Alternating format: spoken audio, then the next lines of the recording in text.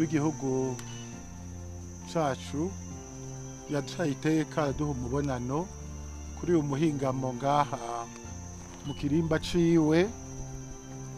Twari tuje ubwa mbere kuko umukuru w'igihugu wenyene yaradusavye twebwe nk'inama y'abepiskopi Gatolika b'i Burundi nk'abaserukira n'ayandi mashengero ko dufise ico duterera, dufise ico dushikiriza cerekeye ubuzima bw'igihugu canke imyitwarariko twebwe abepiskopi canke abakristu bacu dufise ko dushobora kwibashikiriza.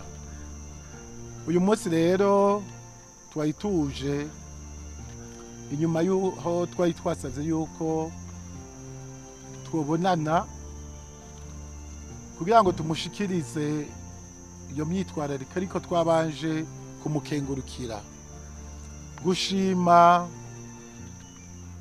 utwigoro agira, gushima ishaka afise ryo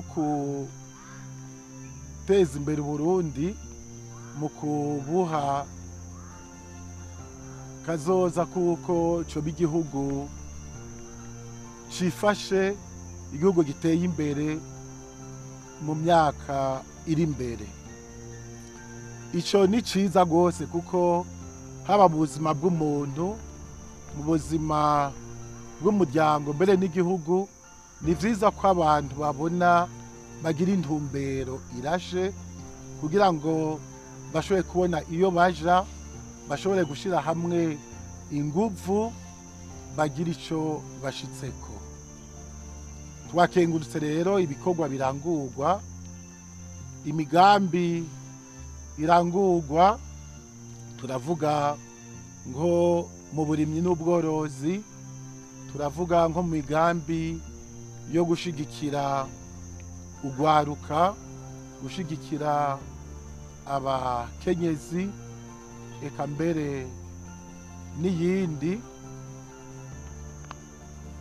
Turavuga kandi ko naho hariho vyinshi biriko birakogwa, haguma hariho amakenga, dushobora kubona kumengo igihugu ntigitera imbere nk'uko twari tuvyizeye, kuko murabona nka ifaranga rigenda rita agaciro, ubuzima buguma buzimba, eka n'ibindi bijanye n'igitoro cama gikena, kandi arico gituma abantu bashobora gutembera, mbere n'ibintu bigashobora guhanahanwa vyoroshe.